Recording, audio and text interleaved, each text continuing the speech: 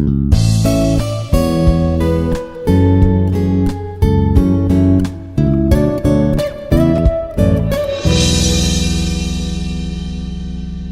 everyone, myself Bidyutlata Sahoo, Assistant Professor in the Department of CSC, Artificial Intelligence and Machine Learning at Institute of Aeronautical Engineering, Hyderabad.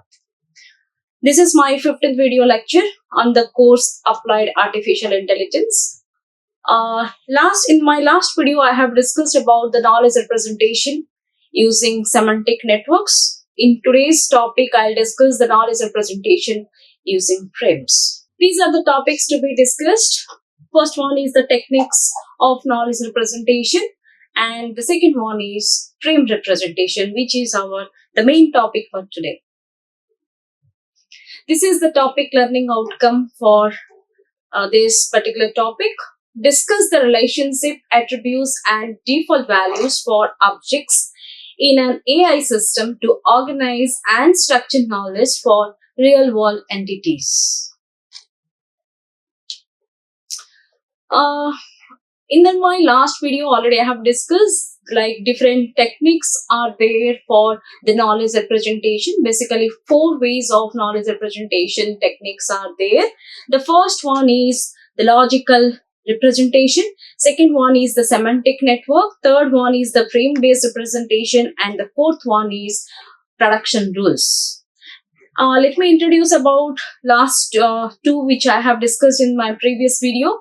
So logical representation means where the representation of the knowledge can be done logically. That means with the help of some syntax and semantics. Syntax are nothing but the rules, and semantic is nothing but the addition or adding of the meaning to each sentence. So that is why in logical representation normally we used to use 2 different types of representation technique. One is the proposition logic and second one is the predicate logic. And in proposition logic, as we know, there are few connectives are there like disjunction, conjunction, and implication, double implication, and negation. Along with all these connectives, in predicate logic, we used to use universal quantifier and existential quantifiers. But the thing is, using these connectives, it is very difficult for a layman or for a beginners. It is very difficult to represent the knowledge by using these connectives. So that is why we studied that second one, the semantic network representation. Semantic network representation, semantic means the meaningful, and network which are connected. That means each class, subclass, and their attributes, how they are connected with each other with the help of graphical representation. So semantic network means where the knowledge can be represented in the form of graphical network that we have discussed, but still some problem is there, like it takes more computational time. If any queries is asked to find out the solution from the semantic networks, then especially for the reverse case or reversing of the network is very difficult and takes a lot of time, lot of processing time. That is why we used to use the third one is the frame representation. So in this today's video lecture, I'll discuss about the frame representation, how the knowledge can be represented using frames. And the last one is production rules, where the knowledge can be represented with the help of the conditions like if and then condition. Okay, so a frame is nothing but a record-like structure which consists of a collection of attributes and its values to describe an entity in the world. Describe an entity in the world means anything we consider in this world. It may be a student entity, or it may be a faculty entity, or it may be a college entity. Anything can be considered as an entity. The information about the entity can be stored in the form of a record or in the form of table. Like normally in database management system, we have studied that table information can be stored in the form of tabular format, like in the form of rows and columns. So frames are nothing but AI data structure which divides knowledge into substructure by representing stereotype situations or common pattern. What is the meaning of here stereotype situation? Means for a particular entity, the related data can be stored in a single table. Like if we take the example of restaurant, then like waiters and the menus, everything will be stored in a particular table. So that type of informations are called as stereotype situation. So frames are record-like structure that have slots and slot values for an entity. Slot and slot value. Here the meaning actually in artificial intelligence, the attributes are called as the slots. Like if we take it is a table, then student name, student roll number, student name, student marks. These are considered as the slot, and their respective values are nothing but the slot values, but in database it is called as the domain, but here it is called as the slot values. Even it is also called as the facets. Slot have the names and the values which are called as the facets. So including slot and slot values, it is called as the facets. Now, using frames, the knowledge about an object or event can be stored together in the knowledge base as a unit. So, what it says as it is the representation using frames. So, all the information related to a particular entity can be stored in the form of rows and columns. That too, here in artificial intelligence, it is called as slot and slot values, or slot and filter also. So a slot in a frame, what is called as a slot? A slot in a frame, it specifies the characteristic of the entity which the frame represents. Characteristics is nothing but the attributes of the entity. So if you take the example of entity as a student, then student roll number, student marks, student name, student date of birth, all these are called as the attributes, or else it is called as the characteristics of the entity. Now it contains the information as attribute value pair, even default values also. Okay, so for roll number, like for name or for any marks, suppose for a particular subject, the default value everybody should get 20, the default value would be there. So like this, the attribute along with their values, if any value is missing, some default value can be stored inside the frame. So a frame is also known as slot filter knowledge. In artificial intelligence, the naming convention is a bit different than database. Here it is called as slot filter knowledge representation, or slot value knowledge representation, which are called as facets. Now, frames system consists of a collection of frames which are connected. This is one of the situation.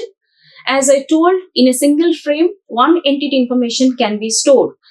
Suppose our entity is too complicated and we want too many entities should be connected with each other. Then all the entities can be connected with each other with the help of different frames. So that is called as network of frames actually. The frame is a type of technology which is widely used in various applications like natural language processing and machine vision. This is one of the example of frame, how the knowledge can be represented, like about the bird Tweety. So Tweety is a bird. So here the entity is Tweety. Regarding the Tweety bird, we want to store the information. Now, Tweety is the entity. For this entity, we have specified these three are the attributes. One is the species, color, and activity. So, Tweety is a bird. The species is a bird. So, here we have written the value is bird. For color is yellow, and activity means Tweety can fly. So, this is one way of representation of the knowledge using frames. So, Tweety is the bird, or Tweety is the entity here. Regarding Tweety, we want to describe. So, here three attributes we have given: species, color, and activity, and their respective values. Now, one more example, let me show you here. Example 2, regarding employee details. Now, Ruchi Sama is the entity. About Ruchi Sama, we want to describe. So, there are three attributes we have mentioned. One is the profession, employee ID, and subject. So, what is the value for the profession? As a profession, she is a tutor, and employee ID is 376074, and subject what she taught, like computers. So, like this, we can represent using frames. Another way, like instead of writing this way, we can also write in the form of rows and columns. Now, frame for the book Artificial Intelligence. So here I have mentioned for artificial intelligence is nothing but the entity here.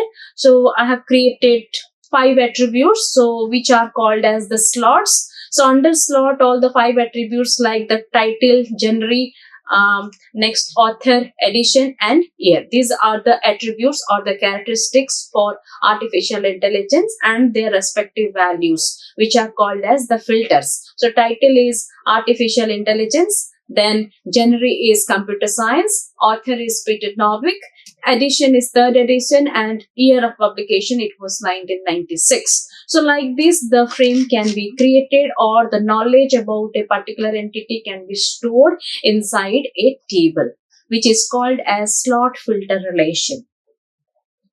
This is one more example. Let us suppose we are talking about an entity Peter. So here the name of the entity is Peter. Peter is a doctor as a profession. So profession here we can take it as an attribute. A Peter is the entity. So we have to, if a paragraph is given, we have to find out for whom it is given. So who is the entity and what are the attributes for that entity. Now Peter is a doctor as a profession. That means doctor is a value, profession is the attribute or the characteristics. His age is 25. So age is also one of the attribute whose value is 25. Now he lives in city London. So city is also one of the attribute and the value for the city is London. Now, and the country is England. So country is also one of the attribute. The value for country is England. So for this, the same thing, whatever I have underlined here, it can be mentioned or it can be stored in the form of table like slot filter relation. Name is Peter and profession is doctor. Age is 25. City is London and country is England. Now, let us discuss about linking up subframes. As I have discussed just now, if the entity is too complicated or we have lots of information about different entities, then different entities information can be stored in different frames and all the frames can be connected with each other. Now, it is possible to extend each frame by associating some other frames to this. Thus, the property of inheritance can be implemented using frames, in which the root frame is called as the generic frame, or else it is also called as the superclass frame, and the leaf frames are specific instances of the root frame. That means one generic frame would be there. So inside the generic frame, all the all other linking frames, name or entity we have to mention. Then from each entity we will link and separately we will create different frames. This is what if the representation is like this, then it is called as linking of subframe. So main frame is this one. This is the main frame which contains all the information, means all the entity information inside the frame, and different entities which are present inside the main frame that can be separated from each other. So that is why it is called as linking of subframes. So attaching a frame to another results in a network of frames. Now you can see this example here. This is the main frame which is called as the generic frame. Computer center, the name of the entity is called as the computer center. Inside the main entity, again 6 more entities are there. 2 more entities are repeated actually. One entity is the AC unit, second entity is the computer, third entity is the printer, fourth entity is the stationary cupboard, and fifth one is dumb terminals, and sixth one is also dumb terminals. Now, separately we have to describe each frame. The information about the AC unit, it is stored the AC unit. Inside the AC unit, we have 3 different attributes. One is the model, capacity, power, and inside the computer, again we have model, CPU and memory. These are the attributes. We can store the values also. If you want, here it is given like a box like the table along with the attribute name. If it is possible, you can draw like a table for AC unit and write all the attributes along with their values also. But we have, do not forget to keep like make the connection from this AC unit which is present inside the main frame to the subframe. This linking is very important. Same thing for computer also. We can create, which is having three different attributes: model, CPU, and memory. Next one is the printer. Printer is having three attributes. Here the connection is given having three attributes. One is the model, speed, and font quality. Now similarly, the stationery cupboard, it is connected here having three attributes: length, breadth, and height. And the dumb terminals, it is repeated for 2 times the same entity. That is why one table here it is taken. So having 2 attributes: monitor type and keyboard type. So this is, and we have to give the linkage to each of the separate frames. So that is why it is called as linking of subframes. So here the main frame is this one, computer center. Rest all frames are called as the leaf frames. If there is, so we have to give the connection from main frame to the leaf frame for linking of frames.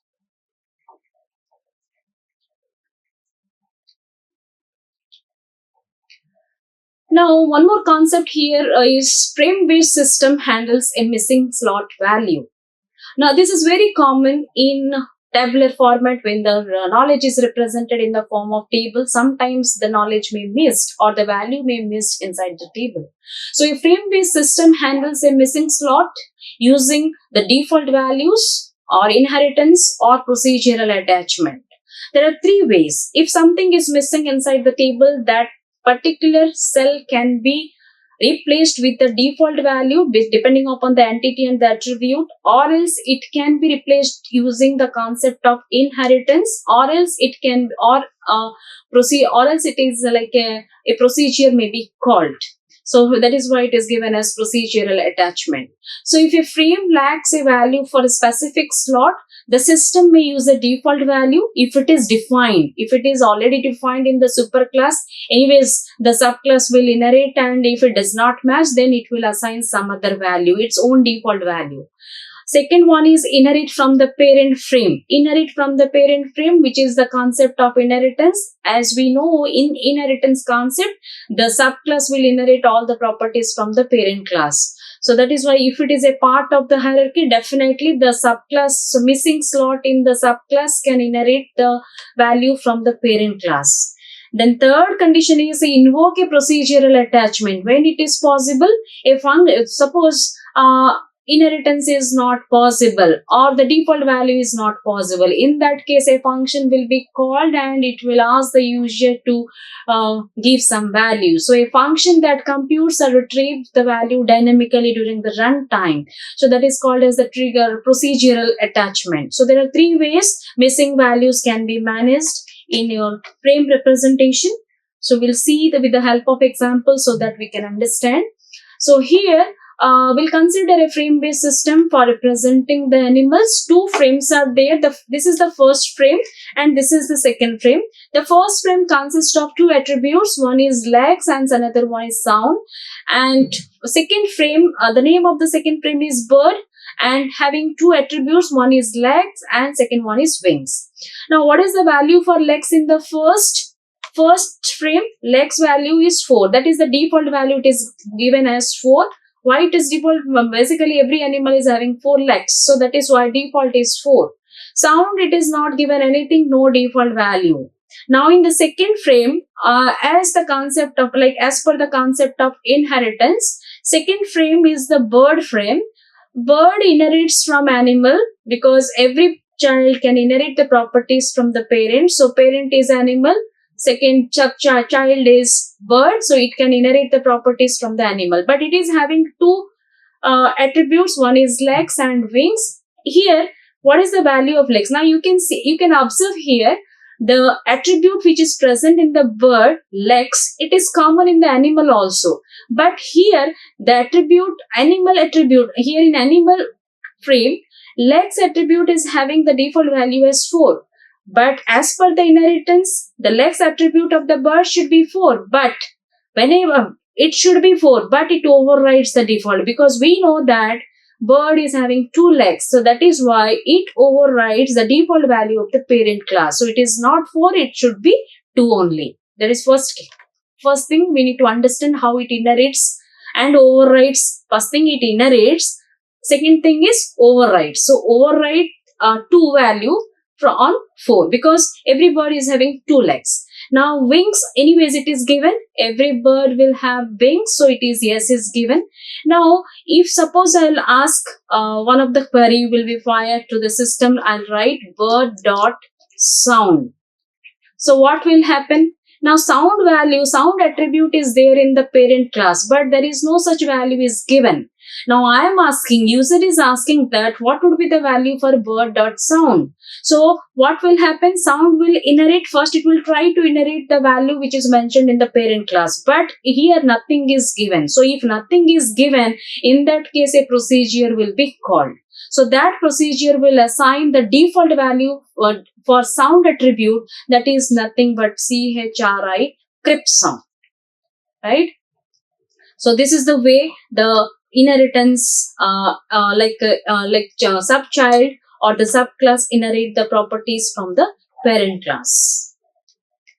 Now, how inheritance works in the frames? Just now I have discussed, in a frame-based system, inheritance allows a frame to inherit the attributes from another frame. So here the child frame, the first frame would be the child frame or the subclass which can inherit the attributes or the slots from another frame which is nothing but the parent class. So if a slot value is missing in the child frame, the child looks for it in the parent frame and following a hierarchy. Now let me discuss what are the types of inheritance in frames. There are 3 types of inheritance in frames. One is the direct inheritance, second one is the overriding, and third one is multiple inheritance. So direct inheritance means what? If the slot value is not found in the child frame, that means the value is missing for a particular attribute in the child frame, then the system retrieves from the parent frame directly. So that is called as the direct inheritance. Suppose in this case, for example, let me show you here. Both the attributes are same. Legs, here it is leg is there, here also leg is there. But directly it cannot take. Suppose I'll write here dog. Instead of bird, I'll write dog class. Then in that case, directly the default legs would be 4. But here we have mentioned the second frame is bird. So bird class leg attribute will not have 4 legs. So that is why, first of all, it inherits. After that, it overrides. So first concept what I have discussed just now in the type of inheritance, like it is the direct inheritance where if the slot value is missing in the child class, then system retrieves it from the parent frame directly. Second concept is overriding. A child frame can override an inherited value by defining its own value for a slot. That means whenever the value does not match with the parent class, in that case the child class attribute value will be changed and it will be mentioned as a default value. And the third one is the multiple inheritance. Multiple inheritance means what? A frame can inherit from multiple parent frames, combining attributes from both or from many frames. Now we'll see the example here. I hope you can understand. 3 frames are there. This is the first frame. This is the animal frame. Second one is the bird frame. And third one is the penguin frame. 3 frames are there: animal frame, bird frame, and penguin frame. So in animal frame, 3 attributes. One is legs. It is 4. Sound varies. Movement, walk. All the slots are given. Slots are like legs, sound, and movement, and the respective values 4, varies, and walk it is given. Similarly, this for the second frame bird, because here second frame means this is the child class. Okay, so this is the subclass of the animal class. Here it is having 2 attributes or 2 slots, legs and wings, having the values 2 and yes. Here the value 2 you can observe overrides animal value. What is the value here? It is given For leg it is 4. Here also leg it should be 4. But why not it is 2? Because bird, first of all it inherits, but the value does not match with the bird entity. That is why it tries to override the bird's value. So that overrides the animal legs value. So it should be 2. And second slot, wings, it is given as yes. And in the third frame, which is given for penguin, which penguin is the subclass, that means it is present the third layer. This is the first layer, animal is the first, second, bird is the second, and third is the penguin. So penguin can inherit all the properties from the bird as well as from the animal also. So that is why it inherits from the bird. So here only one attribute is given, movement. That means movement it is given as swim, because overrides bird's default. Now you can see here movement it is given for the animal class, first thing. Why it is swim it is given, already it is given, and within bracket it is given that overrides bird's default. So here you can observe the first frame, which is nothing but the animal, having the slot value is given as walk for movement. Now, if you take the example for the bird frame, if I write the attribute here, movement, what it should be? It should not be walk. Bird can fly. Now, whenever we are talking about the third frame, it should be fly then, but it should not fly because penguin cannot fly. So that is why it overrides the bird's default. Bird's default is fly. So it will override bird's default as swim. Now, how inheritance works here? You see these queries, I hope you can understand. Penguin does not define legs. So it inherits the legs equal to 2. Now it is saying that if we write legs, what would be the value of legs? Because legs it is given as 2 here. So directly it inherits the value as 2. Because we know penguin has 2 legs, even bird will have 2. Bird also they have 2 legs. Now penguin overrides movement, changing it from walk, which is nothing but the animal, to swim. Just now I discussed. And if a query is asked for sound, it follows the hierarchy. How penguin makes sound? So penguin, here sound, what is given for the animal class? It varies, it is given.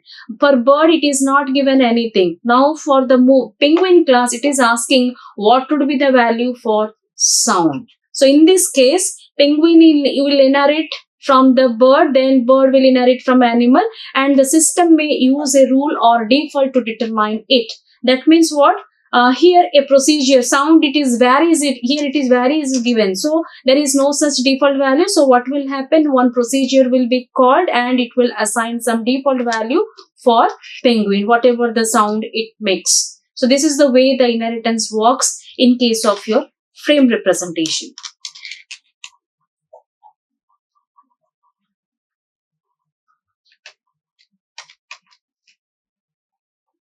Now, let me discuss about the applications of knowledge representation using frames. Basically, this type of knowledge representation, it is used in natural language processing. Even it is used in the expert systems. It is used in the robotics as well as the cognitive modeling also. A few advantages. The frame knowledge representation makes the programmer easier by grouping the related data, because here we are gathering all the related data together and we are storing in a single frame. And the frame representation is comparably flexible and used by many applications in artificial intelligence. Why it is called as flexible? We can store, even we can retrieve the data at any point of time, even we can update. That is why it is much more flexible. Anybody can understand, it is very easy to understand.